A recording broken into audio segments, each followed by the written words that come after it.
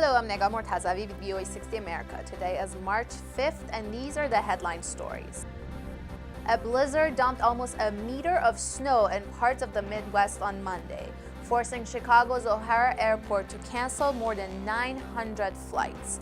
After blanketing the Midwest, the storm is expected to move east and hit the mid-Atlantic states. New York City police say they have a suspect in a hit-and-run case that has captured the attention of the nation.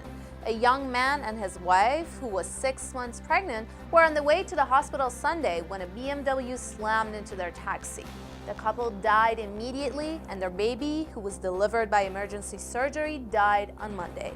Police say the man they're looking for has a history of drunk driving.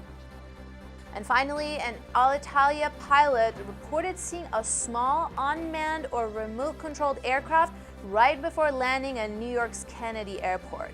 Federal aviation officials are investigating the report. That's all for today. Thanks for watching.